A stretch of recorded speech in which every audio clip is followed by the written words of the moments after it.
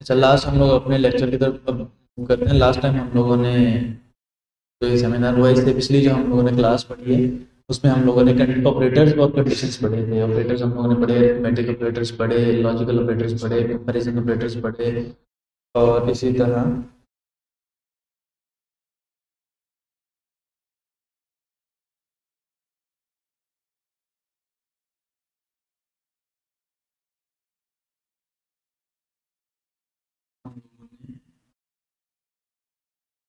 पढ़े और different operators पढ़े, लॉजिकल पढ़े, और फिर हम लोगों ने इफ कंडीशन पढ़ी और इफ एल्स पढ़ी। इफ कंडीशन थी कि अगर एक कोड ठीक है, या सॉरी, एक कंडीशन ठीक है तो एक ब्लॉक ऑफ कोड चल जाएगा, और अगर एक कंडीशन ठीक नहीं है तो कुछ कुछ भी एग्जीक्यूट नहीं होगा। लेकिन इफ एल्स में ये था कि अगर एक स्पेसिफिक कंडीशन सही है तो इफ वाला ब्लॉक चलेगा, और अगर कंडीशन रॉन्ग है तो एल्स वाला ब्लॉक चलेगा।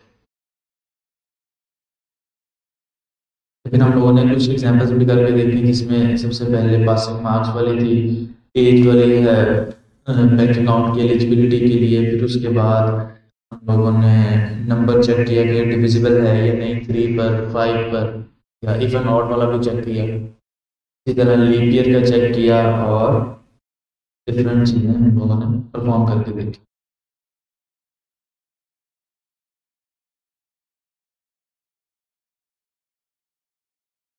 अच्छा, अब हमारा जो गोल है वो ये है कि हम लोग आगे कंडीशंस को पढ़ रहे हैं, तो कंडीशंस को पढ़ते वक्त हमें ये ख्याल आया कि हम लोगों ने पास फेल वाला सिस्टम तो बना लिया है, ग्रेड्स वाला सिस्टम कैसे बने कि हमारे जितने भी मार्क्स हैं वो ग्रेड्स के लिहाज से आ रहे हैं।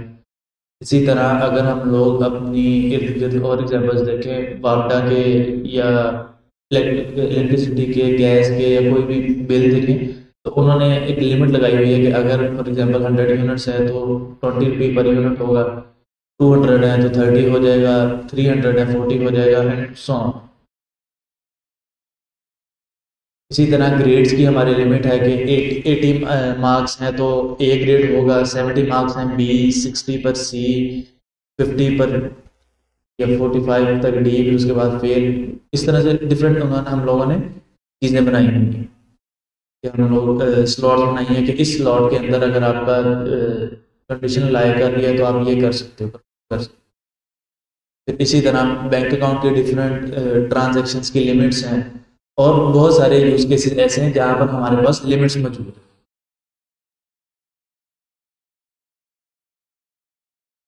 अब दो का तो हमें समझ आ गया कि अगर मुझे पास और फेल करना है तो समझ आ गया, ए और बी ग्रेड बनाना है तो वो भी एक फेल से बन जाएगा। और 100 यूनिट्स की अगर मैंने इलेक्ट्रिसिटी का या कोई भी बिल करना है, 100 और 200 यूनिट्स का मैं बना लूंगा।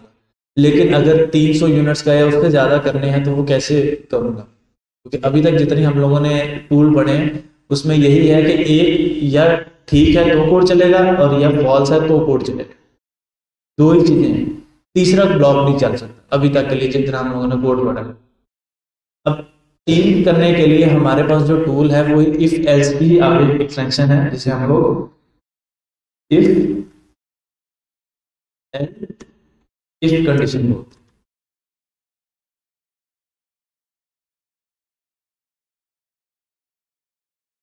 अब इसका सिंटेक्स ये है कि जब जैसे हम लोग ने सिंटेक्स पढ़ा लास्ट वीक, सॉरी उससे पिछले वीक, कि जब भी हम लोग इफ लिखेंगे तो इफ लिखने के बाद हमें कोई ना कोई कंडीशन मेंशन करनी पड़ेगी कि ये कंडीशन अगर ट्रू है तो कोड एग्जीक्यूट हो, और अगर ये वाली कंडीशन फॉल्स है तो कोड एग्जीक्यूट ना।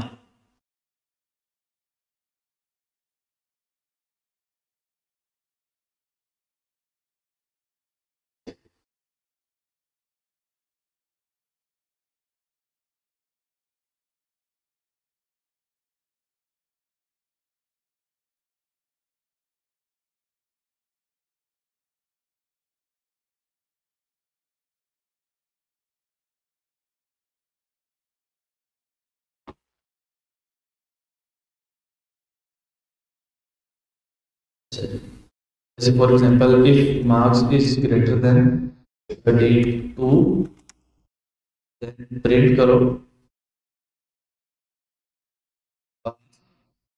और एल्स में हम लोगों ने प्रिंट किया था अब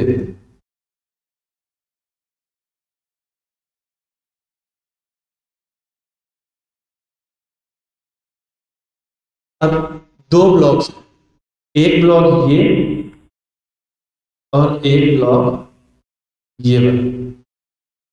अब अगर हमें और ब्लॉक ऐड करने हैं तो इसका मतलब है कि हमें एक से ज्यादा कंडीशन लगानी पड़ेगी, क्योंकि एक कंडीशन लगाई है तो या वो सही हो सकती है या वो गलत हो सकती है।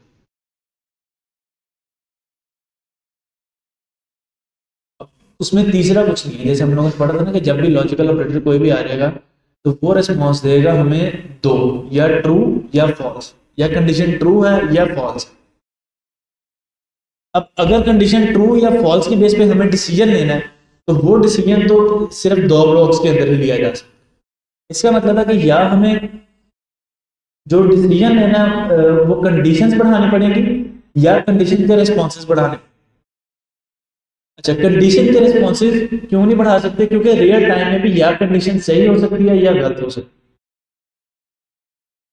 रियल लाइफ में अगर हम लोग देखें ना तो बहुत सारी चीजें ना कि अगर ब्रेक लगाएंगे तो गाड़ी रुक जाएगी, ब्रेक फेल है तो गाड़ी नहीं रुकेगी। अब इसके अंदर कोई तीसरी चीज नहीं हम ऐड कर सकते।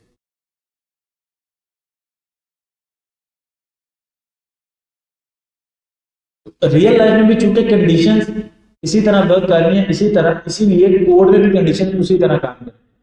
हाँ, अब हमें क्या करना है, हमें कंडीशंस बढ़ा दे। जैसे ग्रेड्स में हुआ, उन्होंने कंडीशंस बढ़ा दी, ज्यादा ग्रेड करने थे कंडीशंस बढ़ा दी। कंडीशन क्या बढ़ाई? 80 से लेकर 100 तक मार्क्स होंगे तो ए ग्रेड, 70 से लेकर 80 तक मार्क्स होंगे तो बी ग्रेड। अब दो कंडीशन आ गई, एक कंडीशन है 80 से 100 तक, दूसरी कंडीशन है 70 से 80 तक। इसी तरह तीसरी कंडीशन बनेगी 60 से 70 तक, फिर 50 से 60 तक। हम लोगों ने चीजों को मुख्तलिफ पार्ट्स में डिवाइड कर दिया, मल्टीपल कंडीशंस बना दी। अच्छा, मल्टीपल कंडीशंस बनाने के बाद हम लोगों ने यह भी देखा कि इनमें से एक टाइम पर एक ही कंडीशन सही हो सकती है। फॉर एग्जाम्पल अगर मैं यही वाली बात कर रहा हूं कि या हमारा जो होगा वो 80 से 100 तक मार्क्स होंगे, 70 से 79,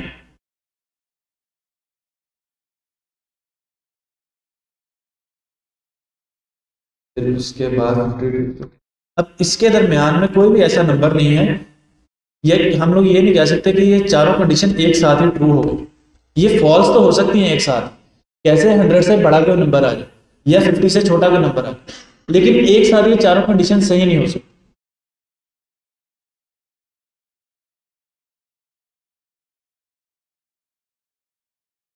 अब इसी तरह हमें कोड में कंडीशंस बनानी है जो एक साथ सही नहीं हो सकती लेकिन एक साथ गलत हो सकती। अब हम लोगों ने रियल टाइम में ये करके देख लिया कि भाई हमारे पास जो रियल लाइफ में एग्जांपल्स हैं वो ऐसे काम कर। अब हम पहली कंडीशन कैसे डिफाइन करते हैं कि अगर हमें if let's say marks is less than है या इक्वल है 100 के,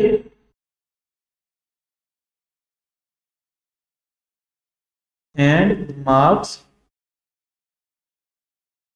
is greater than equal to 80। यहां पे हम लोग कर लेंगे प्रिंट ए। अब लेफ्ट से थोड़ी सी स्पेस छोड़ी हुई है ए,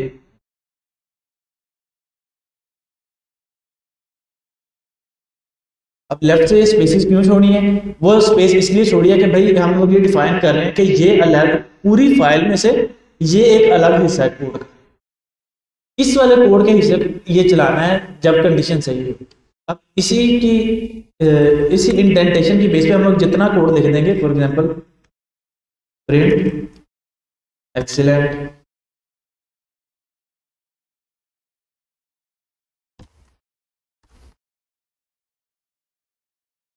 और हम लोग जो जितना भी इसी इंडेंटेशन की बेस पे कि एक साइड से सॉरी लेफ्ट साइड से दो स्पेसेस या चार spaces which is equal to 1 tab space वो छोड़ते जाएंगे, वो हमारा एक हिस्सा बन जाएगा कोड।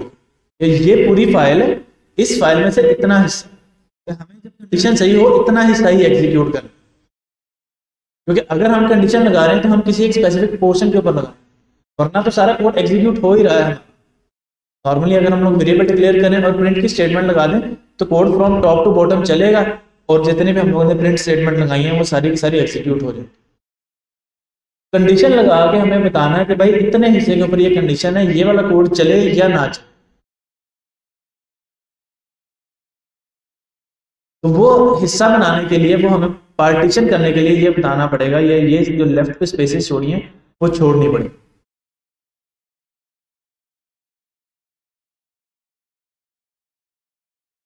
फिर उसके बाद अगर हमें अब दूसरी कंडीशन बना, तो एल्स के बाद कभी भी कंडीशन नहीं लिखी जाती। कंडीशन जब भी लिखनी है हमें इफ के कीवर्ड के बाद लिखनी। तो हमें एक कीवर्ड मिलता है एल्स इफ, जो एल्स इफ की शॉर्ट फॉर्म है। इसके बाद हम अगली कंडीशन लिखेंगे, marks is less than equal to 80 and marks is greater than equal to 7।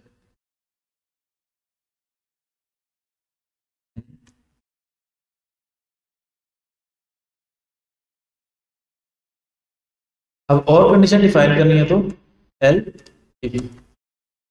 जब भी हमें कंडीशन डिफाइन करनी है तो वो इफ के कीवर्ड के बाद ही आएगी हमेशा, जहां पर भी इफ लगा हुआ होगा, जैसे सिंपल इफ या एल। उसके बाद हम क्रिएट करवा लेते हैं और वेरिएबल मार्क्स इज इक्वल 81।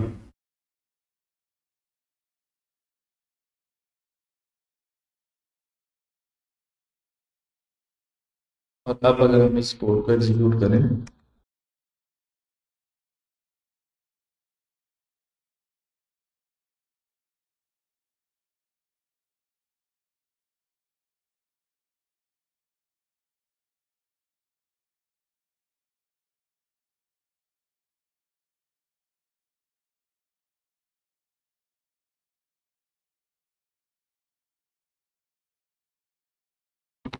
तो उसने ये वाली कंडीशन चेक की, ये वाली ट्रू हुई और ये वाला कोड एग्जीक्यूट कर दिया।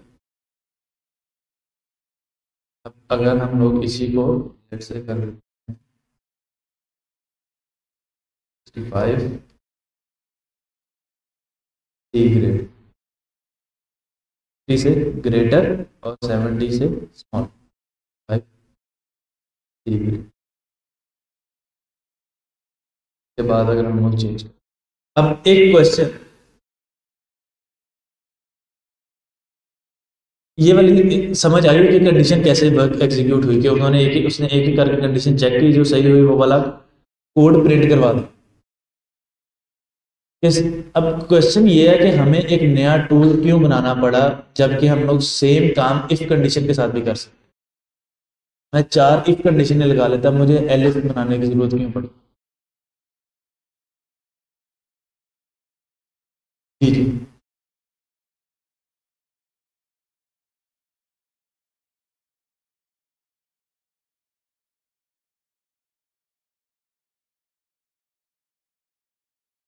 बिल्कुल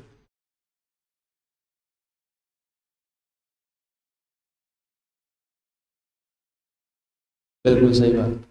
अच्छा, मैं इसी को थोड़ा एक्सप्लेन कर देता हूँ, जो मैंने कहा है बिल्कुल सही बताया है कि अगर हम लोग इफ कंडीशन के साथ जा रहे हैं तो इफ कंडीशन का मतलब है कि अगर मैंने एक ब्लॉक के अंदर 50 भी इफ कंडीशन लगाई हैं तो वो 50 की 50 ही चेक। लेकिन अगर हम लोग एलिफ वाला कोड यूज कर रहे हैं तो इसमें अगर 50 ब्लॉक्स बने, जैसे यहाँ पर तो अभी हमारे 4 ब्लॉक्स बने हैं, एक इफ का और 3 एलिफ के।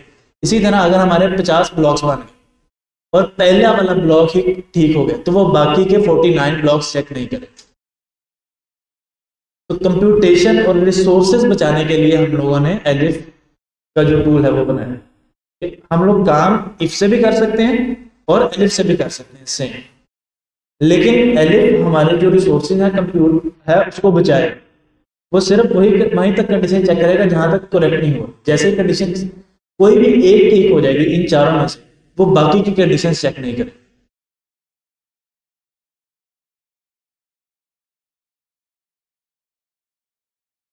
केस लगाए मैच केस। मैच केस आमतौर पर यूज होता है जब हमें मैचिंग करनी। मैचिंग का मतलब है कि जब हमें इक्वल टू चेक करना। वहां पर भी अगर हम लोगों ने कंडीशन लगानी है तो जो मेन टूल है वहां पर भी उसके अंदर भी इफ ही है, तो हम लोग देखेंगे कंडीशन गार्ड भी होते हैं वैसे। अभी आज हम लोगों ने मैच केस भी पढ़ना है।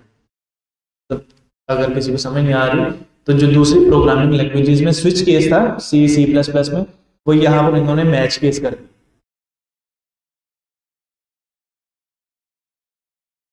जो मैच केस है वो बनाया गया है स्पेसिफिकली कि जब हमें इक्वल टू चेक करना दो values, less than greater than, या जैसे हम लोग ऊपर लीप ईयर के चेक कर रहे थे,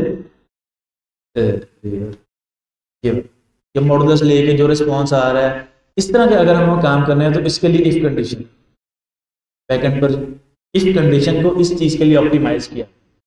और अगर हमें सिंपल इक्वल टू चेक करना है कि तीन वैल्यूज है हमारे पास, लेट्स से मॉर्निंग, आफ्टरनून और इवनिंग, मॉर्निंग नून इवनिंग, तो वो चेक करने के लिए हमारे पास मैच के सबसे बेस्ट ऑप्शन इक्वल टू अगर हमें चेक करना है तो उसके लिए ऑप्टिमाइज्ड मैच केस।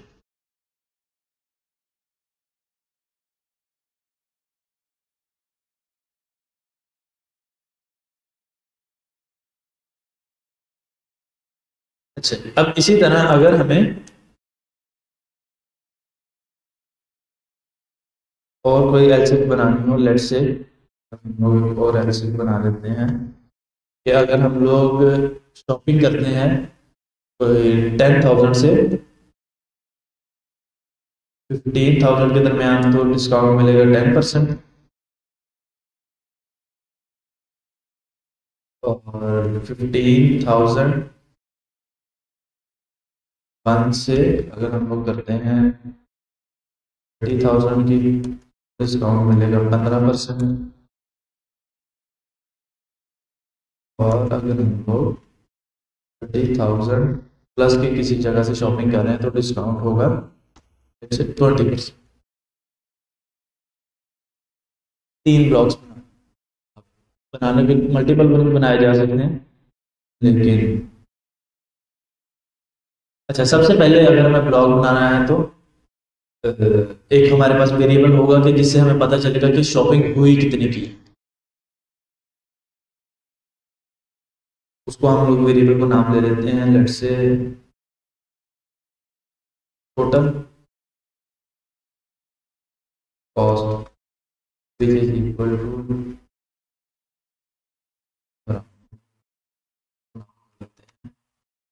13K, और if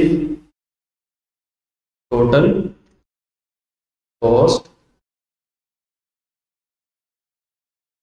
is greater than equal to 10,000, or and is less than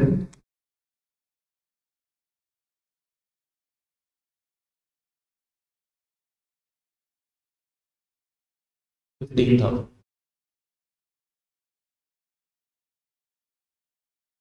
अब हम एक कर देते हैं कि जी प्रिंट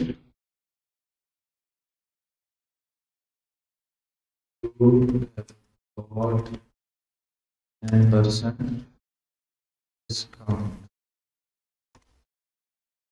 अब हम लोग थोड़ी सी परसेंटेज निकाल के थोड़ी सी कैलकुलेशन भी परफॉर्म करते हैं ताकि हमें आइडिया हो कि बैकएंड पे ये सारी चीज़ें कैसे काम करती हैं। अच्छा जी, परसेंटेज निकालने का फॉर्मूला है डिस्काउंट इज इक्वल टू हमारे टोटल कॉस्ट मल्टीप्लाई बाय 10% है, तो ये होगा 10 डिवाइडेड बाय 100। 10 डिवाइडेड बाय 100 को अगर हम लोग डायरेक्टली 0.1 पे लिख देंगे तो ये जितने भी हम लोगों ने किया है उसका 10% डिस्काउंट हो जाए। अब जो भी डिस्काउंट हुआ, discounted price is equal to total cost minus discount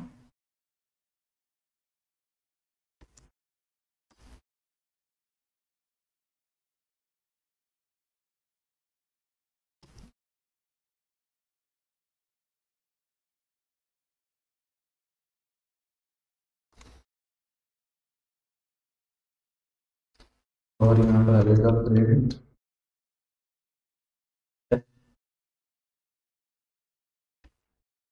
need पे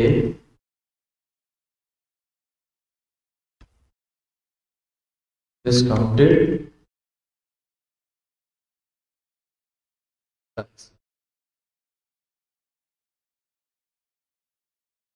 एक ब्लॉक बनेगा एल इफ का यार एफ स्ट्रिंग हम लोगों ने पढ़ी थी ना स्ट्रिंग्स में, जब हम लोग पढ़ रहे थे तो हम लोगों ने एक स्ट्रिंग की टाइप पढ़ी थी एफ स्ट्रिंग जिसे बोल रहे थे। उसमें क्या होता है कि जब भी हम लोग स्ट्रिंग लिख रहे हैं उसके दरमियान में अगर हमें कोई वेरिएबल ऐड करना, अब मुझे हर दफा नहीं ना पता होगा कि लेट्स से जैसे अभी तो मुझे पता है कि टोटल कॉस्ट या जितने भी की शॉपिंग हुई है वो 13,000 है। अगर मैं यहाँ पर इनपुट वाला फंक्शन लगा लेता, यूजर से इनपुट ले लेता, तो हो सकता है वो 13,500 हो जाए, 600 हो जाए, 14,700 हो जाए, 14,999 हो जाए।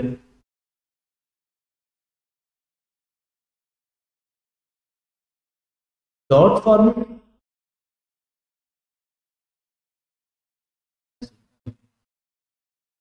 गूगल क्या ऐड कर दूँ? नहीं वो फॉर्मेट वाला भी है, ठीक है मैं समझ गया। वो भी एक फंक्शन है, इसी तरह में इस तरह में हम लोग कर सकते हैं। अब मुझे पता नहीं कि टोटल शॉपिंग कितने की हो। अब जब मुझे ये नहीं पता कि टोटल शॉपिंग कितने की होगी, मुझे ये नहीं पता कि उसका 10% डिस्काउंट कितना बनेगा, तो वो मैंने कैलकुलेट कर लिया कि भाई टोटल कॉस्ट जितनी भी होगी उसको ये वाली कैलकुलेशन परफॉर्म करेंगे तो हमारे पास आ जाएगा कि 10% कितना बनता है। फॉर एग्जाम्पल अगर 14,900 की हुई है तो 1490 डिस्काउंट बनेगा, और अगर 11,000 की हुई है तो 1100 डिस्काउंट बनेगा, तो वो 1100 आगे इस वेरिएबल में सेव हो गया। टोटल प्राइस में से मैंने वो माइनस कर दिया, और जो भी डिस्काउंटेड प्राइस आई अब मैंने उसे कहा कि यू नीड टू पे ये वाली वैल्यू। अब वो हमेशा वो जो कैलकुलेशन के बाद वैल्यू है वो प्रिंट करे।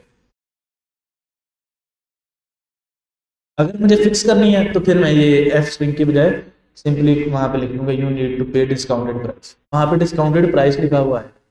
अब यहाँ पे वो वैल्यू लिखी है,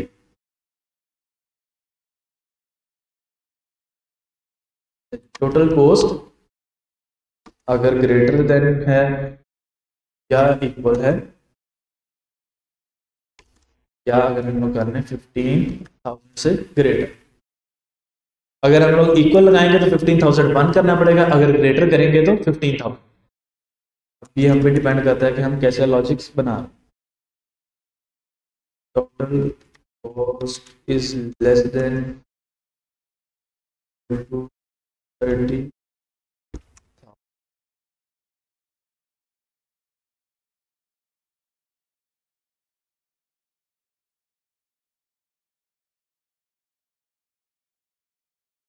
सेम उसी तरह मैंने डिस्काउंट कैलकुलेट कर लिया, वहां पे चूंकि 10% था तो 10 डिवाइडेड बाई 100, यहाँ 15% है तो 15 डिवाइडेड बाई 100। अच्छा, जैसे इफ के बाद हम लोगों ने एक ब्लॉक पढ़ा था एल्स का, कि अगर इफ वाली कंडीशन फॉल्स हो जाए तो ये वाला कोड चले। इसी तरह हम लोगों ने ऊपर अभी डिस्कस किया कि ये चारों कंडीशन एक साथ फॉल्स हो सकती हैं। फॉल्स कैसे हो सकती हैं? 120 लिख दे कोई यूजर, या 49 लिख दे, तो ये चारों कंडीशन एक साथ ही रॉन्ग हो जाए। लेकिन अगर चारों कंडीशन रॉन्ग हो जाएंगे तो हमने देखा है कि यहाँ पर कोई भी कोड एग्जीक्यूट नहीं होगा, बिल्कुल ऐसे ही। अब वो कोड एग्जीक्यूट करने के लिए हम लोग एल्स इफ के साथ भी एलिफ के साथ भी एल्स का ब्लॉक लगा सकते हैं। अगर ये सारी कंडीशंस नहीं होती तो फिर कौन सा कोड एग्जीक्यूट।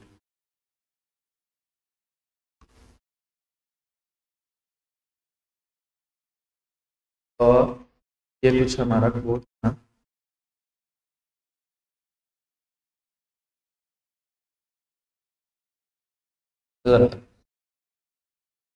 अच्छा, सबसे पहले हम लोगों ने चेक किया कि यूजर ने शॉपिंग कितने की की।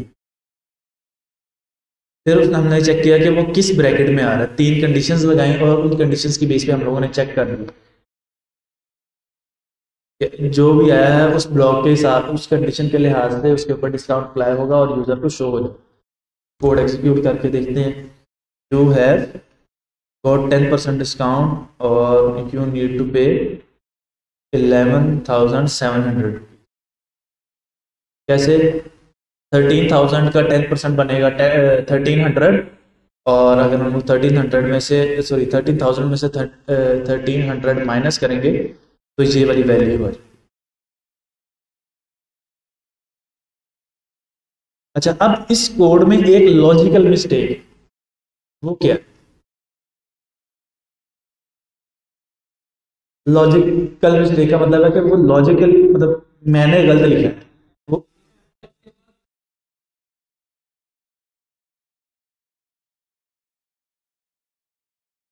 वो एल्सिफ की स्पेलिंग तो ठीक है, वो वाली थी, वो एलिफ है वो। पाइथन ने इसका नाम ही एलिफ कर दिया, एल्सिफ की जगह पाइथन ने इसका नाम ही एलिफ कर दिया। जैसे हम लोग अक्सर अपने दोस्तों के नाम बिगाड़ देते हैं, इसी तरह पाइथन ने एल्सिफ का नाम एलिफ कर दिया। अच्छा, अब प्रॉब्लम क्या है जो अभी भाई ने बताई, नाम क्या भाई? अमानुल्लाह। जैसे अभी अमानुल्लाह भाई ने बताया कि अगर यूजर शॉपिंग कर लेता है 1000 रुपीज ऑनली, तो तब भी जो उसको डिस्काउंट मिलेगा वो 20% का मिलेगा। कैसे? ये कंडीशन चेक हुई, क्या इनके दरमियान वो वैल्यू आ रही है? नहीं आ रही। ठीक है, ये वाला डिस्काउंट नहीं अप्लाई। इनके दरमियान आ रही है? नहीं आ रही। ये वाला भी नहीं होगा। अगर ये दोनों कंडीशन फॉल्स होगी तो एल्स वाला कोड एग्जीक्यूट होगा ही होगा, वो 20% डिस्काउंट देगा। तो हमें यहां पर पहले कंडीशन लगानी पड़ेगी एल इफ की, total cost should be greater than 30,000। और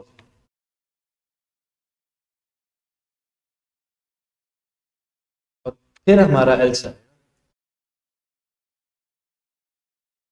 print you don't have any.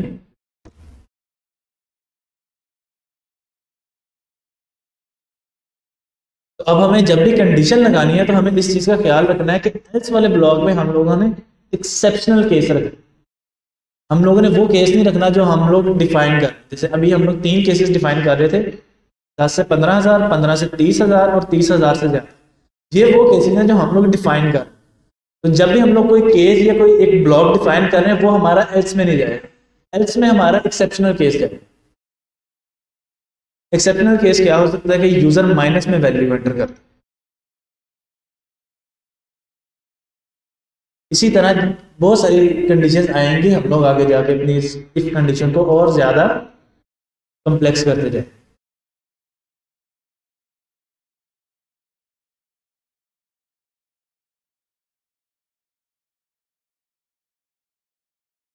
जी, यहाँ तक क्लियर है?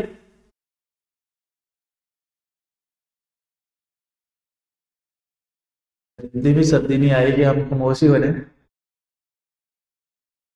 सर्दी तो है लेकिन सर्दी ये नहीं कह रही कि बोले ना। जी जी।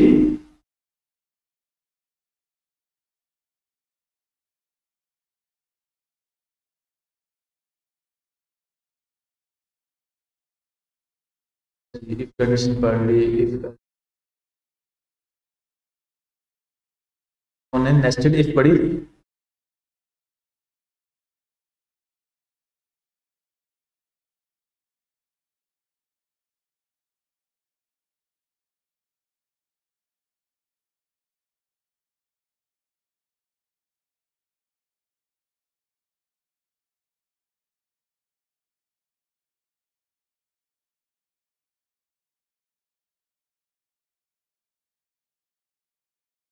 अच्छा, अब अगर हमें यूनिवर्सिटी का सिस्टम बनाना, यूनिवर्सिटी कैसे वर्क कर रही है, यूनिवर्सिटी के अंदर कैसे चीजें, अभी तक हम लोगों ने कंडीशन पढ़ ली हैं, इफ एल्स और इफ एल्स इफ या इफ एलिफ हम लोग बोल रहे हैं भाई।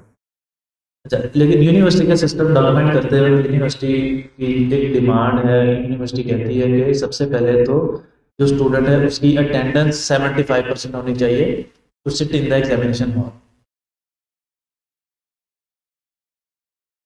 Attendance should be 75%।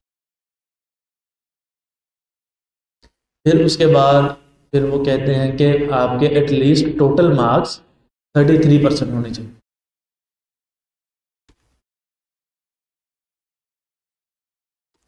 Marks to be at least 33%। फिर उसके बाद एक कंडीशन कहते हैं कि अगर आपके 33% आ भी गए लेकिन आप प्रैक्टिकल में फेल हो गए या थ्योरी में फेल हो गए तो वो आप फेल, तो आपको दोनों में अलग अलग पास होना पड़ेगा।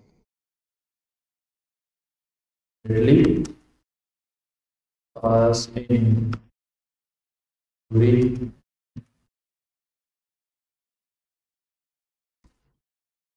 प्रैक्टिकल।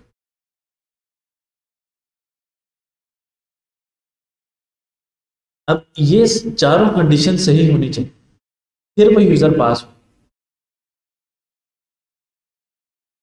अब अगर तो हमें यूजर को सिर्फ और सिर्फ पास और फेल बताना है, फिर तो उसका आसान हल ये है कि हम लोग एक इफ कंडीशन लेंगे और एंड के साथ चारों कंडीशन लिख देंगे कि ये चारों कंडीशन ट्रू है तो पास, अगर इनमें से कोई एक भी फॉल्स हो गई तो फेल।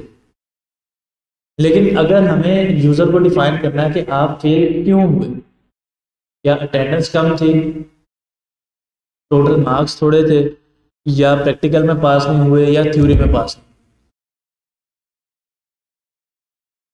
ऐसे हो सकता है ना कि अगर 100 मार्क्स का एग्जाम है, वो थ्योरी में तो 40, जिसमें से 75 थ्योरी के होते हैं, 25 आई गेस प्रैक्टिकल के होते हैं। तो वो 75 में से 45 थ्योरी के तो ले लेता है लेकिन प्रैक्टिकल वाले दिन एब्सेंट है, तो 100 में 45 अगर काउंट करें तो वो 33 से ग्रेटर है पास, लेकिन प्रैक्टिकल में फेल है। तो ये मसले मसाइल आ सकते हैं। तो अब अगर हमें यूजर को अलग अलग बताना कि भाई आप अटेंडेंस की वजह से फेल हुए हो या टोटल मार्क्स की वजह से या प्रैक्टिकल की वजह से, तो ये कंडीशन कैसे बनी।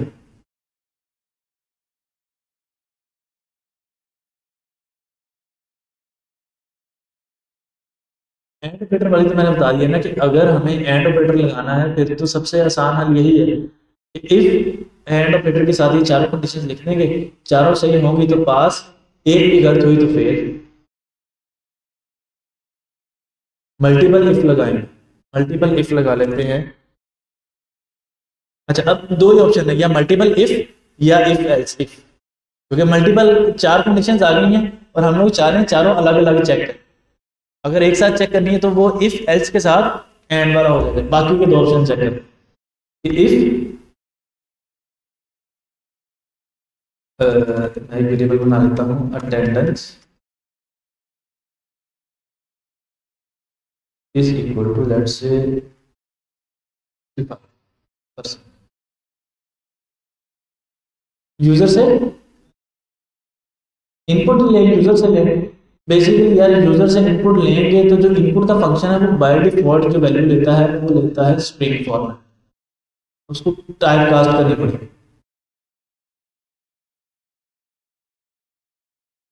इंटीजर का फंक्शन लगा देना की बात है। चलिए भी कर लेते हैं, अभी फिलहाल इसको समझते हैं ना। मैं चाह रहा हूँ कि एक एक टॉपिक करके चलें क्योंकि यहाँ पर कुछ लोग ऐसे भी हैं जिन्होंने पहली दफा कोडिंग में देखा है, हमें तो कुछ आइडिया है तो हम तो समझ लेंगे, तो इसलिए मैं स्टेप बाय स्टेप वो भी कर लेंगे आज इंशाल्लाह, एंड का फंक्शन भी कर लेंगे, देख करेंगे उसके बाद। अच्छा, अटेंडेंस तो if attendance is greater than equal to 75 है तो वहां पे प्रिंट करो you are allowed it the और एल्स में हम लोग लिख देंगे print you are not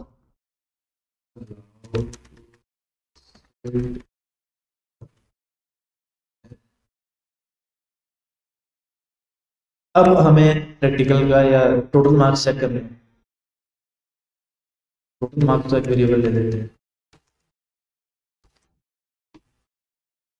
which is let's say 45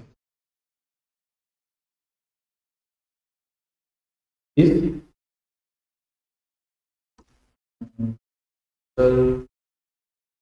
was greater than 2 to 3। अब इसमें एक मसला है, मैं आगे वाले कंडीशन में लिख नहीं रहा, लेकिन यहाँ पर ही मसला है। मसला ये है कि अगर जैसे यहाँ पर हम लोगों ने जो यूज़ केस लिया है कि जब अटेंडेंस नहीं आई, अटेंडेंस से थोड़ी रह गई, वो एग्जाम में बैठा ही नहीं, तो नेक्स्ट कंडीशन कैसे चलेगी?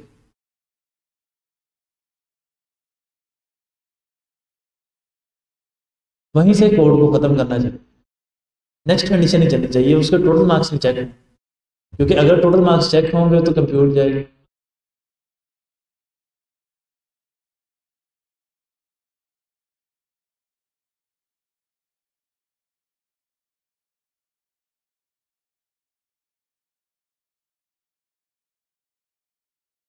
अच्छा, अगर मैं यही काम थोड़ा सा और आसान कर दूं वेरिएबल की बजाय, कि जब हमारे पास ब्लॉक तो बन गया, उस ब्लॉक में मैं कोई भी कोड रख सकता हूँ।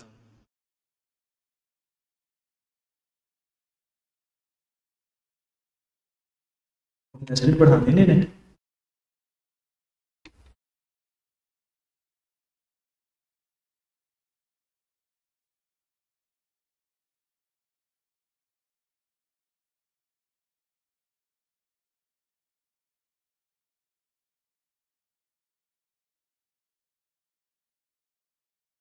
जान बदलने लोग बहुत पॉलिटिक्स चल रही है हमारी क्लास।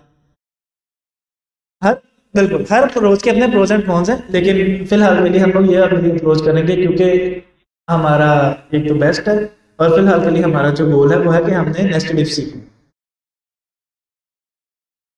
अच्छा, अब स्पेसिस छोड़ने का मकसद है कि ये एक ब्लॉक बने। जब भी ब्लॉक बना रहे हैं, कोड का हिस्सा डिफाइन कर रहे हैं, तो उस वक्त हमें ये नहीं देखना कि उस कोड के अंदर हम लोग क्या क्या लगा सकते हैं। हम लोग जितने भी टूल पढ़ेंगे, जैसे प्रिंट का फंक्शन पढ़ा है, इनपुट का फंक्शन पढ़ा है, या इफ एल्स पढ़ा है, या आगे जाके आज ही हम लोग थोड़ा सा इंट्रोडक्शन लेंगे फंक्शंस कैसे काम करते हैं, या मैच केस हम लोग पढ़ेंगे। तो वो जितने भी टूल्स हम लोग पढ़ रहे होंगे वो सारे के सारे हम एक ब्लॉक के अंदर लिख सकते हैं। बेसिकली ब्लॉक कुछ नहीं है, हम लोगों ने सिर्फ एक बाउंड्री डिफाइन कर दी। जैसे अक्सर जाए ना क्लासेस में, तो वो यूनिवर्सिटी की क्लासेस में या डिफरेंट जगहों पर वो एक बाउंड्री डिफाइन कर देते हैं कि एक साइड पे फीमेल्स है, एक साइड पर मेल है। वो अब उससे कुछ भी नहीं हुआ। अब ये नहीं कि अब जो फीमेल वाली साइड है वो इंसानों से निकाल दी गई है, जो मेल है वो इंसानों से निकाल दी गई है। वो सिर्फ एक बाउंड्री डिफाइन की गई ताकि पता चले, ताकि पता लग जाए कि जो फीमेल्स है उन्होंने यहाँ पर जाना है, जो मेल्स है उन्होंने यहाँ पर। इसी तरह कोड के ब्लॉक में भी ऐसे ही कि ब्लॉक कुछ नहीं है, सिर्फ हमने बाउंड्री डिफाइन कर दी है कि ये वाला कोड हम लोग इसके ऊपर कोई ना कोई टूल अप्लाई करना चाहते हैं।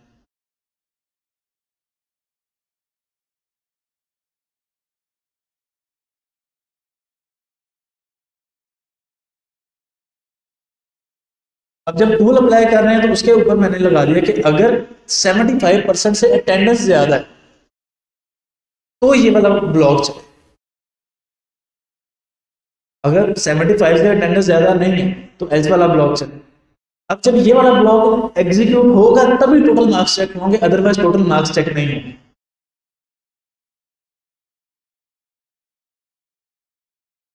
इसी तरह अगर वो बंदा टोटल पास में सॉरी यू आर क्या चीज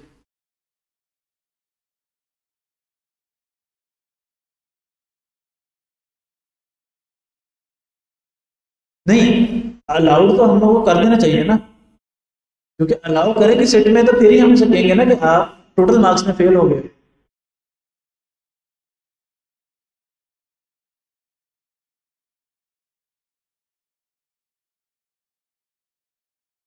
ठीक है,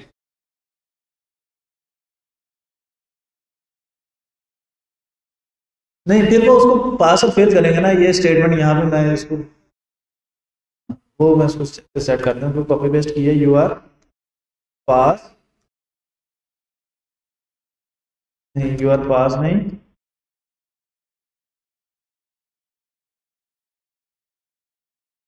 यहाँ पे कोई स्टेटमेंट नहीं है, वो भी मैं बताता हूँ क्यों नहीं आएगी।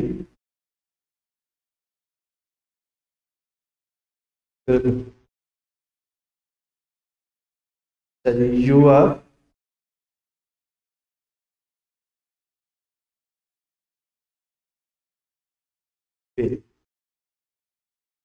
You to as 33% marks in,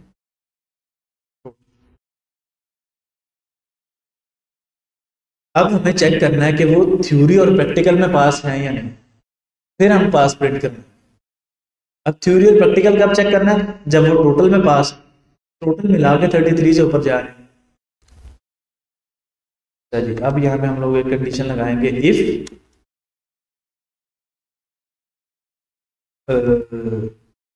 let's say theory marks percent,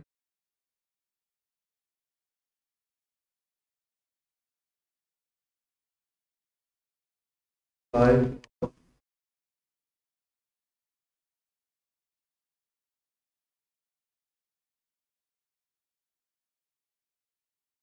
if theory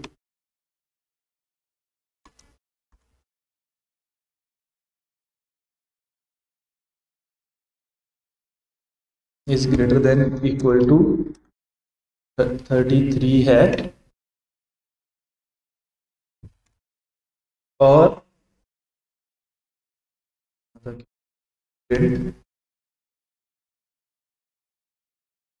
you are pass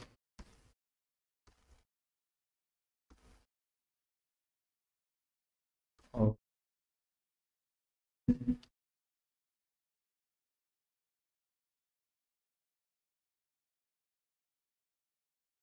जी, एक मिनट,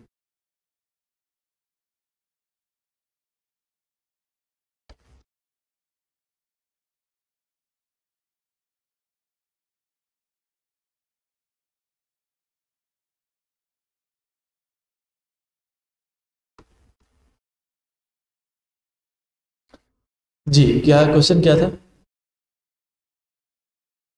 यहाँ पर यू आर पास को लिखेंगे। अच्छा अभी मैं चूंकि प्रैक्टिकल वाले को नहीं छेड़ रहा, एक एक करके हम स्टेप जाए ना, एक साथ दो नेस्टेड नहीं की मैंने, वो समझाने के लिए यहाँ पे पास लिखा, वरना प्रैक्टिकल के बाद हम लोग पास, अभी हमारी चौथी कंडीशन आनी पड़ेगी। अच्छा सबसे पहले अब कोड चेक होगा कि क्या अटेंडेंस 75% से ग्रेटर है या नहीं। अगर ग्रेटर है तो वो चेक करेगा कि क्या टोटल मार्क्स 33% से ग्रेटर हैं या नहीं। अगर टोटल मार्क्स ग्रेटर है तो फिर वो चेक करेगा क्या क्या ये बंदा थ्योरी में पास है या नहीं, और फिर उसके बाद वो चेक करेगा कि क्या ये बंदा प्रैक्टिकल में पास है या नहीं।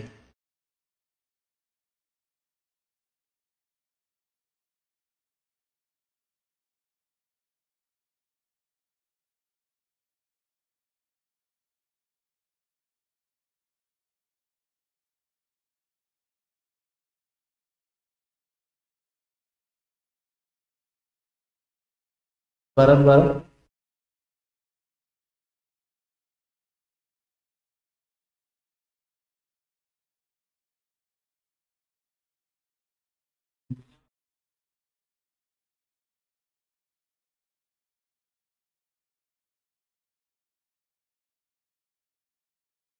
परसेंटेज निकाले, यही कह रहे हैं कि परसेंटेज निकाले, यार परसेंटेज निकाल रहे हैं लेकिन वो कंप्यूटेशन और इफ वो कम्प्लेक्स हो जाएगी, वो तो निकाल लेंगे जितनी मर्जी। बेसिकली अभी हमारा जो कंसेप्ट है वो है कि इफ एज इफ या नेस्टेड इफ कैसे काम कर, वो तो हम लोगों ने परसेंटेज निकालना तो ऊपर निकाल के देख लिया ना, वो मैंने इसलिए ऊपर पहले निकाल दिया डिस्काउंट पर, ताकि हमें आइडिया हो कि परसेंटेज कैसे निकाल के और उसको कैसे प्रिंट करवाना, शो करना। अब वो करने के लिए अगर परसेंटेज में जाना है तो फिर हम टोटल मार्क्स वाला नहीं लेंगे, इन दो को ऐड करेंगे। टोटल मार्क, सॉरी थ्योरी और प्रैक्टिकल के मार्क्स ऐड करके और आगे बढ़ कर। लेकिन अभी मैं चाह रहा हूँ कि इनको थोड़ा सा हम लोग हल्का रखें और आगे नेस्टेड इफ पे बात करें कि उनके अंदर ब्लॉक्स कैसे एग्जीक्यूट हो रहे। तो उनके आप लोगों ने क्या ही दिया, तो आप लोगों को मैं ये बता देता हूँ कि आज की जो एक असाइनमेंट है होगी वो ये होगी कि इलेक्ट्रिसिटी बिल कैलकुलेट करें। वो मैं आपको वो दे दूंगा, ब्लॉग्स बना दूंगा कि 100 यूनिट से 200 तक कितनी प्राइस और सो ऑन। जरूरी नहीं कि वो ओरिजिनली हो, लेकिन वो आपने कैलकुलेट करना है। फिर टैक्स वगैरह उसमें परसेंटेज आएगी, वो फिर जैसे मैंने एक एक अलग अलग करके दिखा दिया आपको, वो आपको सारे काम इकट्ठे करने पड़े। जैसे यहाँ पर मुझे कुछ नेस्टेड इफ्स लगानी पड़ी, वहाँ पर शायद आपको कुछ नेस्टेड इफ लगानी पड़े। सो नेस्टेड इफ तो नहीं बनेगी वो, खैर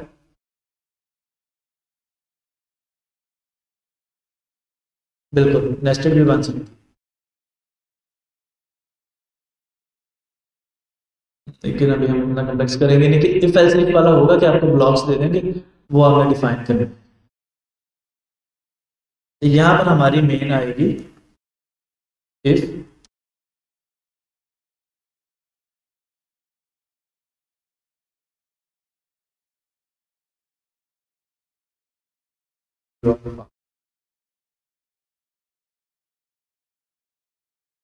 that you are not allowed to sit in the exam। और उसके बाद अगर हम लोग इसे एग्जाम में बिठा देते हैं, लेट्स से 85 कर देते हैं और टोटल मार्क्स कर देते हैं 32। अब वो बता रहे हैं you are allowed to sit in exam, you are failed due to less than 30 marks, sorry 33% marks in total. फिर इसी तरह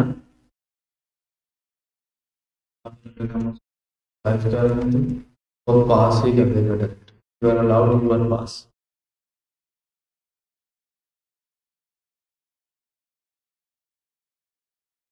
नेस्टेड इफ की समझ आई? बेसिकली इफ वैसे ही काम कर रहा है, लेकिन हमने इफ के अंदर इफ रख दिया कि अगर ये वाला ब्लॉक चलेगा तो ये कंडीशन चलेगी, अगर ये कोड की रीडेबिलिटी को थोड़ा सा डिक्रीज कर देता है, लेकिन अगर ये वाला ब्लॉक चलेगा तो अंदर वाला सारा का सारा कोड चलेगा, और अगर ये कंडीशन सही होगी तो ये वाला कोड चलेगा, वरना ऐसा वाला चलेगा। इसी तरह से एक एक कंडीशन चलेगी।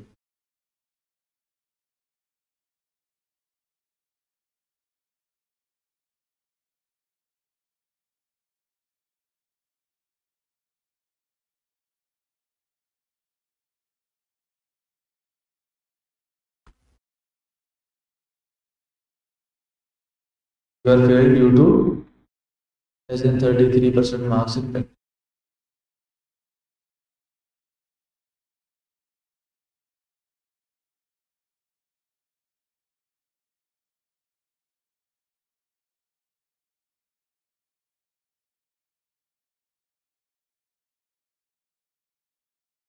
हमारे पास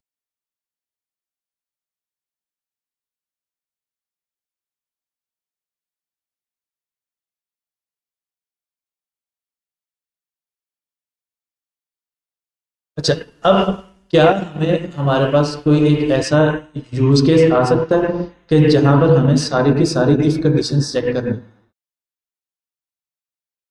कि हमें इफ कंडीशन ही ज्यादा लगानी पड़ती। अब हमें पढ़ा नेस्टेड इफ एल्स इफ, जहां पर हमें ज्यादा कंडीशंस लगानी पड़ती। लेकिन इफ एल्स इफ डिस्कस करते वक्त हम लोगों ने देखा कि हम लोग इफ कंडीशन क्यों नहीं लगा रहे, क्योंकि कंप्यूटेशन ज्यादा यूज हो रही है। तो क्या कोई ऐसा यूज केस है जहां पर हमें मल्टीपल इफ कंडीशन ही लगानी पड़े?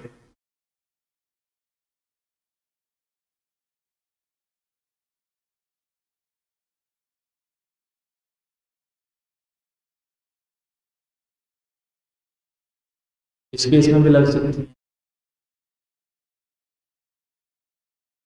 मतलब एक जो यूज केस है जहां पर लगे कि मल्टीपल इफ, वो उसमें बनेगा जो पासवर्ड हम लोग जब रखते हैं कि उसके अंदर एक कैपिटल कैरेक्टर होना चाहिए, वो कंडीशन लाजमी चाहिए। एक स्मॉल कैरेक्टर होना चाहिए, वो भी कंडीशन लाजमी चाहिए। फिर एक स्पेशल कैरेक्टर हो, वो भी कंडीशन लाजमी चाहिए। एक नंबर हो, वो भी कंडीशन लाजमी। अब ये 4 कंडीशन लाजमी की लाजमी चेक होनी चाहिए। ये नहीं कि इन चारों में से कोई एक सही है तो पासवर्ड ओके कर दे। अगर इफ एंड इफ लगा रहे हैं तो इन चारों पांचों में से कोई एक सही है तो वो कोड एग्जीक्यूट कर देगा।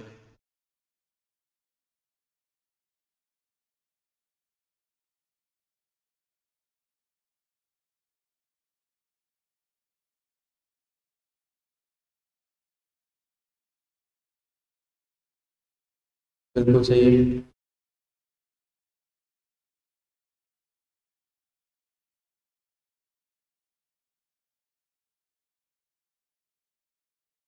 नहीं नहीं, अगर बहुत सारी वेबसाइट्स ऐसी हैं जहां पर उन्होंने नीचे चेक मार्क्स लगाए, वैलिडेशन लगे होते हैं। मैं आपको दिखाता हूँ, एक मिनट।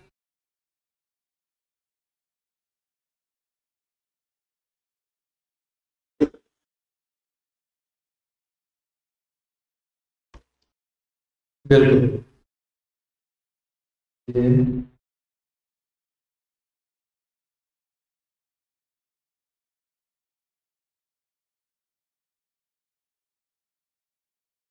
अगर हम वो देखें,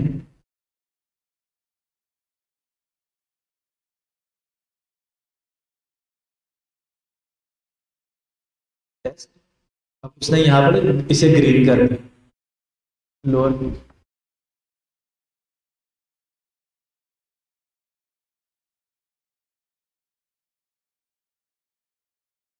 ये नीचे ग्रे नजर आ रहे हैं, lower case, upper case, numbers और सिंबल।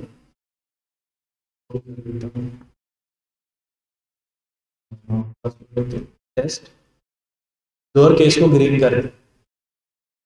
अगर इंटरप्रेटर लगा तो वो ये वाला काम नहीं कर सकता।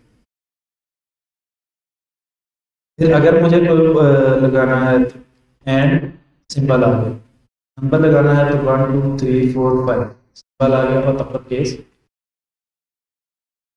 मल्टीपल इफ, यहाँ पे मल्टीपल इफ सी लगेगी। इसी तरह वो सेल्स फनल वाली भी एग्जांपल है, और भी बहुत सारे एग्जांपल्स आपको नजर आए। अब ये आपने देखना है कि हम लोग कैसी चीजें लेके चले।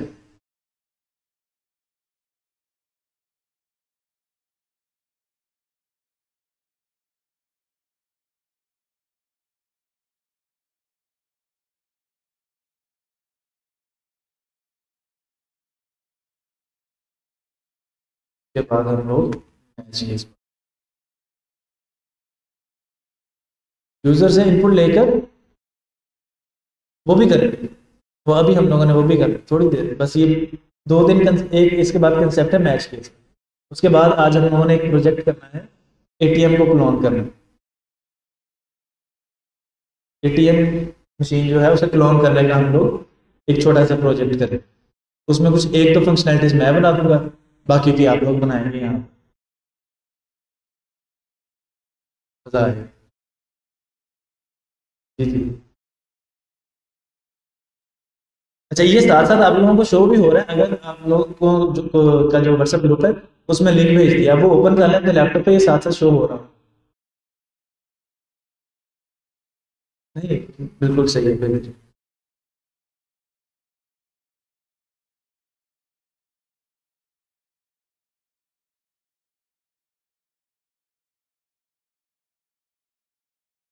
जी जी।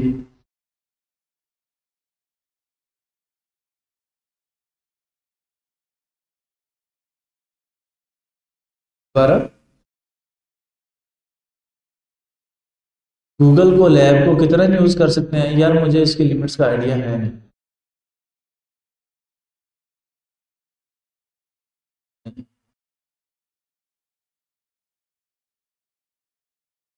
कोई और फ्री रिसोर्सेज जहाँ पर कोई स्क्रैपर रन किया जा सके? यार मुझे ऐसे फ्री रिसोर्सेज पता नहीं, क्योंकि मैं जब भी स्क्रैपिंग करता हूँ तो मैं अपना चैट जीपीटी यूज कर रहा होता हूँ। एआई एजेंट्स पढ़े हैं ना हम लोगों ने, तो मैं आपको ना थोड़ा सा चलिए आइडिया दे देता हूँ।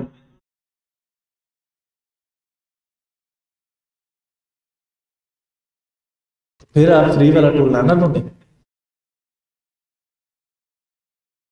अच्छा, ये एक टूल है epify.com का।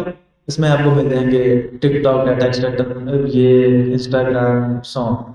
लेट्स से अगर मुझे गूगल मैप से डाटा एक्सट्रैक्ट करना है, इसकी APS पे जाऊंगा, $6 फॉर 1000 रिजल्ट्स, ट्राई कर सकते हैं फॉर फ्री, लेकिन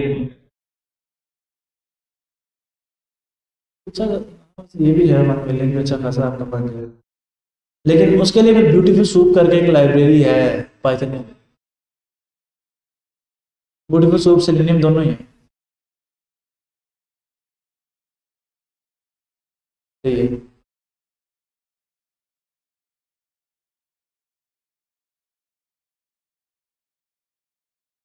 वो फिर आपको कोई सर्वर चाहिए, वो आप गूगल को लैब से नहीं कर सकते।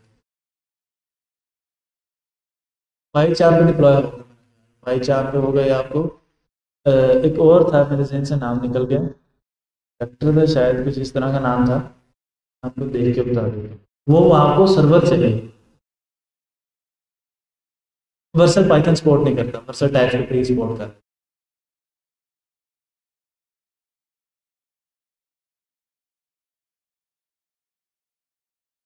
सर्वर अब आप देख लो, अगर तो किसी जगह से आपको स्टूडेंट ईमेल मिल जाती है, माइक्रोसॉफ्ट एज्योर के आपको फ्री क्रेडिट्स मिल जाएंगे, वहाँ पे डिप्लॉय कर लो।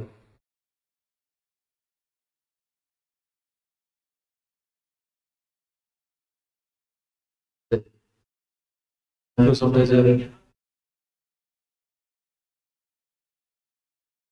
नहीं नहीं, ऐसा नहीं, कोलैब नहीं है।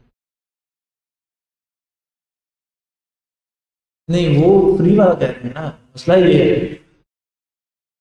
पेड में तो फिर बहुत सारे ऑप्शंस पड़े, पेड की अगर हमें पेड करना है तो फिर पेड कोलैब से भी बेहतर ऑप्शंस पड़े। फिलहाल बात हो रही है फ्री की। हाँ वो VM में भी हो जाएगा, फिर आपको डिफरेंट सर्विसेज मिल जाएंगे आपको।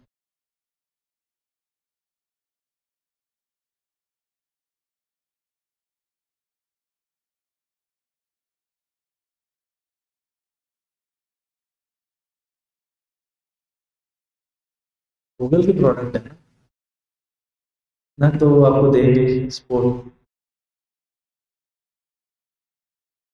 बिल्कुल।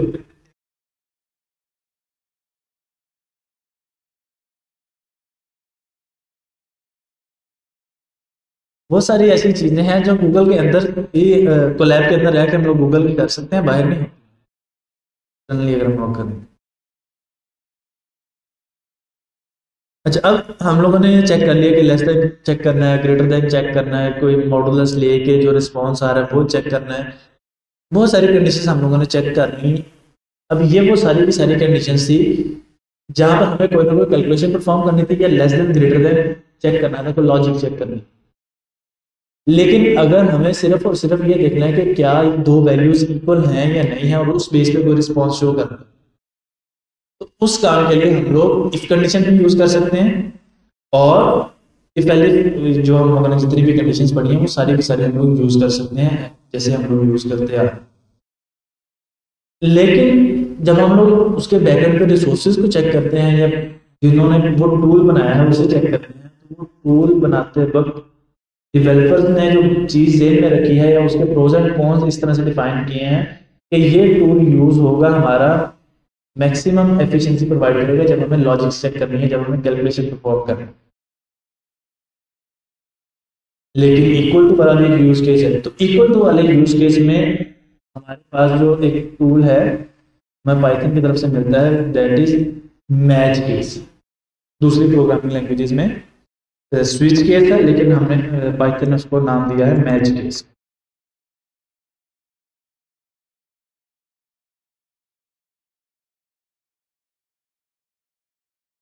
चलिए अब मैं फॉर एग्जांपल कंडीशन लगाना चाह रहा हूँ कि मंथ नंबर की बेस पर, जनवरी पहला मंथ के बाद फरवरी दूसरा, दिसंबर 12th मंथ है, इस नंबर की बेस पे मैं प्रिंट करवाना चाह रहा हूँ कि इस मंथ का नाम क्या है और इस मंथ में डेज कितनी। तो अब अगर मुझे नंबर की बेस पे करना है तो मुझे इक्वल टू लगाना पड़ेगा। सबसे पहला बनेगा कि if month number is equal to 1, तो जनवरी 31 days, number is equal to 2, फरवरी 28 या 29 डेज। इसी तरह मार्च नंबर इज इक्वल टू 3 है, तो फिर मार्च और 31 डेज। अब अगर हम लोग करें तो इसका सिंटेक्स क्या है, सबसे पहले हमें कीवर्ड लिखना है मैच का, और हमें बताना है कि हमें कौन सा वेरिएबल मैच करना है या कौन सी वैल्यू मैच करके देखनी है। हमने हमने डिस्कस किया ना कि हमें मंथ नंबर मैच करके देखना है।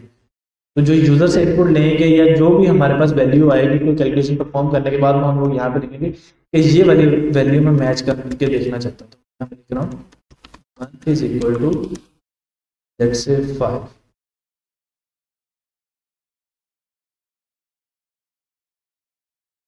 तो मैच क्या करना है, हमें मंथ मैच करना है।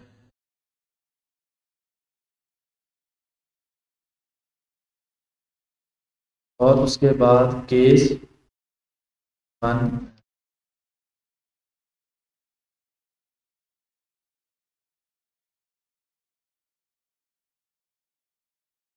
अच्छा, मैच क्या करना है, हमें मंथ करना है, और आगे जब जिस चीज से हमें मैच करना है, जैसे हम लोग इफ के बाद एलिफ लगा रहे थे मल्टीपल कंडीशन डिफाइन करने के लिए, इसी तरह मैच केस में हम लोग केसेस बनाएंगे कि हमें ये वाली वैल्यू मैच करनी है। केस वन ये है कि ये वैल्यू ये हो सकती है, केस दूसरा ये है कि ये वैल्यू ये हो सकती है। केस और उसके बाद जो भी यहाँ पर हम लोग लिख रहे हैं वो वैल्यू जिससे हमें मैच कर। लेट्स यहाँ पर हम लोगों ने मंथ नंबर लिया, अगर मैं मंथ का नेम ले लेता हूँ एग्जाम्पल जनवरी, तो फिर मैं यहाँ पर लिखूंगा केस,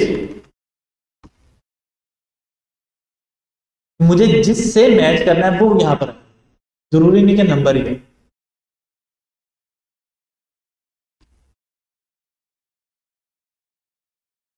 तो मैं अभी के लिए जनवरी ही लिख लेते हैं, और केस उसके बाद आ जाएगा मार्च अप्रैल।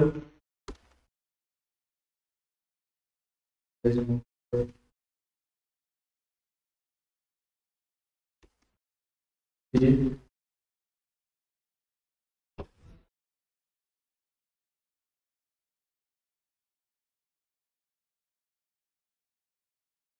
अगर हमारे पास कुछ मंथ्स ऐसे हैं कि जिनके अंदर सेम नंबर ऑफ डेज आते हैं, तो क्या हम उन्हें एक ही कंडीशन दे सकते हैं? यही क्वेश्चन है ना आपका? बिल्कुल दे सकते हैं। पाइप का सिंबल यूज होगा, बल्कि मैं अभी आपको करके दिखा देता हूँ। मार्च, अच्छा उसके बाद जून में भी सेम है, या एक दफा हम लोग इस कोड को चला के देख लेते हैं। 31 डेज उसने प्रिंट कर, कोड कैसे एग्जीक्यूट हुआ? सबसे पहले हम लोगों ने कीवर्ड लिखा कि हम लोग मैच का टूल यूज करने लगे हैं। मैच का टूल यूज करने के बाद उन्होंने बताया कि हम लोग कौन सी वैल्यू मैच कर, अच्छा वैल्यू मैच कर रहे हैं, ठीक है। तो उसने बताया कि सबसे पहले मैं मैच करके देखूंगा इससे, और जो भी रिस्पॉन्स आएगा वो ये वाले ब्लॉक में हमने प्रिंट स्टेटमेंट में लिखे। इसी तरह से ऑन आगे हम लोगों ने केसेस डिफाइन कर दी कि मैं इससे इससे इससे मैच करके देखता रहूंगा, और अगर इनमें से किसी एक से भी मैच हो जाता है तो वो वाला मैं ब्लॉक एग्जीक्यूट करके कोड प्रिंट करवा। अच्छा, अब बहुत सारे मंथ्स ऐसे हैं जिसके अंदर 31 डेज हैं, एक कॉमन चीज आ गई हमारे। तो अब हम लोग अगर वो वाले सारे मंथ एक जगह पे कलेक्ट करने हैं, तो वो एक जगह इकट्ठे करने का के लिए हमारे पास जो टूल यूज होगा उसे हम लोग और ऑपरेटर भी बोलते हैं या पाइप सिंबल बोलते हैं। एंटर का जो है ना बटन, उसके बिल्कुल ऊपर शिफ्ट दबा के अगर हम लोग घुमाएंगे तो ये पाइप सिंबल आ जाए, और उसके बाद हम लोग यहाँ पर लिख देते हैं लेट्स से जून, सॉरी मई, जी जी, और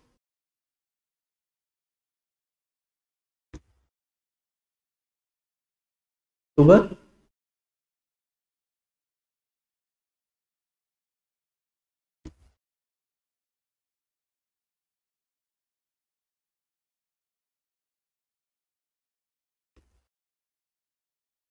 और उसके बाद हम लोग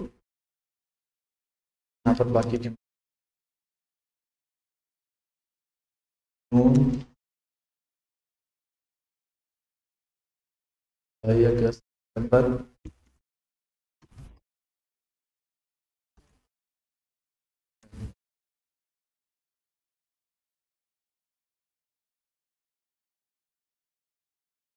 अब अगर मैं इसे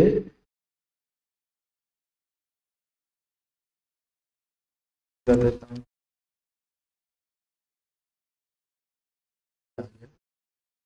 30 days। इसी तरह अगर हम इसे जुलाई करते हैं 31। तो अगर हमें सेम ही आउटपुट शो करवानी है लेकिन डिफरेंट केसेस हैं जिसके साथ मैच करके हमारी सेम आउटपुट आ सकती है, तो हम और ऑपरेटर लगाकर या पाइप सिंबल जिसे हम लोग बोलते हैं उसके साथ हम लोग ये काम कर सकते हैं। अच्छा जी, अब जी जी फेब्रुअरी को कैसे कर सकते हैं? फेब्रुअरी के लिए हम लोग एक तो हमें सबसे पहले ये मैं जनवरी का केस भी खत्म कर रहा हूँ कि जहाँ हम लोगों ने इतने केसेस एक साथ कर दिए हैं, जनवरी को भी यहाँ नहीं।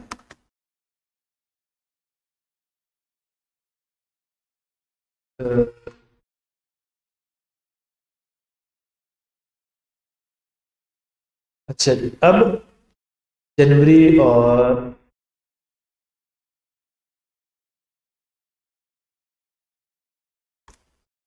अब अगर हमें डिफाइन करना है, एक तो है कि हम उसका केस ही डिफाइन करते हैं जैसे अब यहाँ पर हम लोगों ने किया हुआ है केस।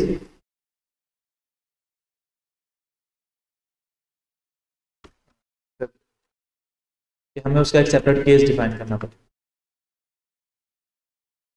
8 या 9 days। और दूसरा ऑप्शन हमारे पास है कि अगर हमें मल्टीपल केसेस हमारे ऐसे हैं जहां पर हमें मैच कर, लेकिन कोई एक ऐसा कंडीशन आ गई जहां पर हमें लेस देन या ग्रेटर देन चेक करना। जैसे यहाँ पर हमारे 11 मंथ्स तो मैचिंग के साथ हो रहे हैं, बाद में मैचिंग के साथ हो रहा है, लेकिन अगर कहीं पे हमारे पास 10-11 लॉजिक्स ऐसी आ रही है जहाँ इक्वल टू है लेकिन कोई एक आदि ऐसी आ गई जहाँ पे हमें कोई कैलकुलेशन परफॉर्म करनी पड़ रही या कोई काम करना पड़ गया, कोई less than greater than check करना पड़ गया, तो उस काम के लिए फिर हमें पाइथन सिंटैक्स लिखता है। केस के बाद हम लोग एक लगाएंगे अंडरस्कोर और यहाँ पे मेंशन करेंगे कि इफ मंथ इज, जहाँ पे मैंने डबल इक्वल लगाया वहां पर हम लोग मल्टीपल ऑपरेटर लगा सकते हैं। यहाँ पे मैं अपनी कस्टम कंडीशन डिफाइन कर सकता हूँ। कस्टम कंडीशन जब भी हमें डिफाइन करनी है तो हमें इफ का कीवर्ड रिक्वायर, इफ कंडीशन या एलिफ कंडीशन, विदाउट इफ हम लोग कंडीशन नहीं लिख सकते। अब अगर मुझे यहाँ पर मंथ के साथ कोई और एक स्पेसिफिक फंक्शनैलिटी परफॉर्म करनी है, अगर मैं मंथ नंबर ले रहा होता, मुझे उसमें प्लस माइनस कुछ करना है, less than greater than check करना है, तो वो सारा यहाँ पर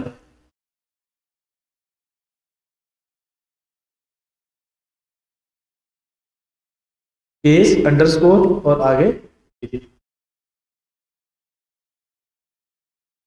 28 या 29 days based on the leap year और नॉन लीप।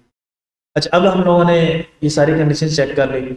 अगर यूजर कोई ऐसा मंथ दे देता है जो एग्जिस्ट नहीं करता, जैसे मुहर्रम लिख देता है या कोई और कैलेंडर से मंथ निकाल देता है जो हमारे उसमें एग्जिस्ट नहीं करता, तो हमारा कैलेंडर जो इंग्लिश कैलेंडर में एक बनेगा case underscore. Simple case underscore का मतलब है कि एल्स, जो काम हम लोग एल्स में कर रहे थे ना, कि अगर सारी की सारी कंडीशंस रॉन्ग हो गई तो एल्स वाला ब्लॉक तो एग्जीक्यूट होगा ही होगा। तो यहाँ पर केस अंडरस्कोर, कि केस अंडरस्कोर तो एग्जीक्यूट होगा ही होगा। इनवैलिड यहाँ पे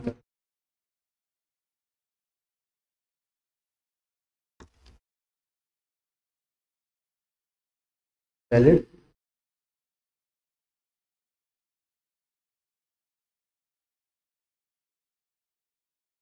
ब्रेक नहीं है इसमें। जी जी, केस को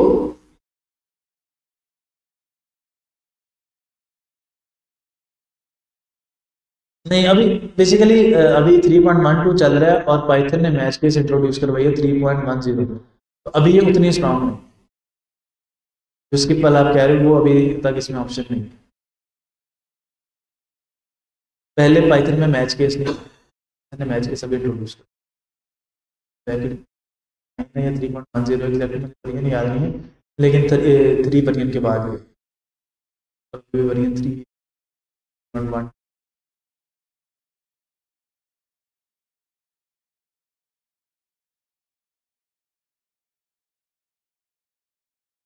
केस के बाद इफ क्यों लगाया? बहुत दफा ऐसा होता है कि हमारे पास कंडीशन दो तरह की, जैसे अभी हम लोग डिस्कस कर रहे हैं कि एक तो है कि हमें सिर्फ और सिर्फ मैच करना, इक्वल टू लगा के चेक करना, और दूसरी तरह की कंडीशन है कि हमें जैसे लीप ईयर निकालना था तो वो हर 4 साल बाद आता है, हमने 4 के साथ मॉडुलस लिया, जो रिमाइंडर है उसे चेक करना है। ऑड और इवन चेक करना है तो हम लोग 2 के साथ मॉडुलस लेंगे कि अगर रिमाइंडर 0 आ रहा है तो इवन है, अदरवाइज ऑड है। डिविजिबल चेक करना है। अब बहुत सारी कंडीशन, बाजू का हमारे पास ऐसे होता है बहुत सारी यूज केसेस में कि हमारे पास बहुत सारी कंडीशन होती है जहाँ पर इक्वल टू के साथ हमारा काम चल जाता है, लेकिन कोई एक आधी चीज या कोई एक आधी कंडीशन ऐसी आ जाती है कि जहाँ पे हमें लेस देन या ग्रेटर देन का सहारा लेना पड़ता है। तो फिर हम लोग मैच केस और इफ को वहां पे एक जगह मर्ज करते हैं। मैच केस और इफ को जब एक जगह मर्ज करना है ना, कि हमारे पास ज्यादा कंडीशंस तो हैं इक्वल टू, अगर हमारे पास ज्यादा condition less than greater then की है तो इफ एल्स यूज कर रहे होंगे, अगर ज्यादा कंडीशन सिर्फ मैचिंग की है तो मैच केस। जो कंडीशन अब हमें ग्रेटर देन लेस देन में चेक करनी है या कोई कंप्यूटेशन परफॉर्म करनी है, तो उसके लिए फिर हम लोग ये वाला सिंटैक्स यूज करेंगे, केस अंडरस्कोर और ये वाली condition, if month is greater than equal to February. तो यहाँ पे चूंकि अब इक्वल टू वाला ही हमारा बन रहा था जो हम लोग एग्जाम्पल कर रहे हैं, तो हम लोगों ने वो वाली कोड को यूज किया, इक्वल टू। अब इसके बाद मैं अपनी कस्टम कंडीशन लिख सकता, वरना मैच केस जो बनाया गया है वो ऑटोमेटिकली इक्वल टू ही चेक करे, वो लेस देन ग्रेटर देन या मल्टीप्लाई मॉडुलस चीजें निकाल के चेक नहीं करे।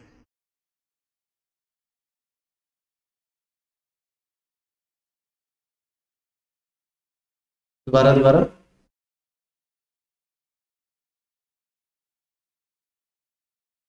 मैं वही आपको बता रहा हूँ ना कि जैसे अब हमारे पास मंथ 11 है, अब 11 और साथ में एक है इफ एल्स, जो जहां पे हमें कंडीशन चेक करनी पड़ती। तो अब अगर मैं दोनों केसेस ले लूं कि अगर मैं 11 ब्लॉक इफ एल्स इफ में बनाऊं और 11 मैच केस में बनाऊं, तो कौन सा ज्यादा एफिशिएंट रहेगा? कंपेरिजन करना है ना। देखो, हम ये तो कभी भी नहीं कह सकते कि ये 100% सही है और ये 100% गलत है, देयर ऑलवेज समथिंग बैड, ये ज्यादा बेहतर है इस लिहाज से, इस वक्त। तो अब 11, अब हमारे पास टोटल केस है, मैं अगर यहाँ पे टीएल ड्रा ओपन कर लूँ,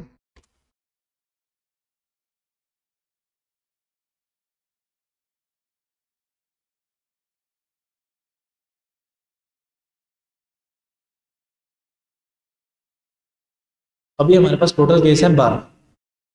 12 कैसे कि 11 ओनली मैचिंग, मतलब यहाँ पे हमें सिर्फ इक्वल टू चेक करना, और एक हमारे पास केस है जहाँ पे हमें कंडीशन चेक करनी है, कस्टम कंडीशन चेक करनी, जिसमें लेस देन ग्रेटर देन भी आ सकता है, लेकिन फिलहाल हमारे वाले केस में इक्वल टू ही आ रहा है, लेकिन मैं मान के चल रहा हूँ कि वो लेस देन इक्वल टू।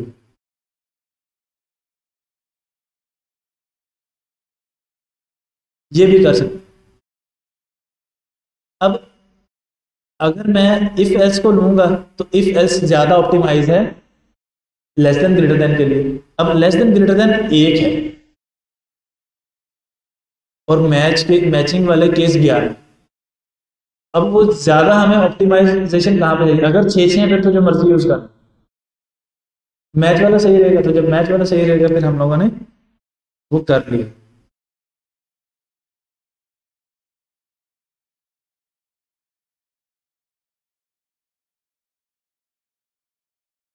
यहाँ तक क्लियर है?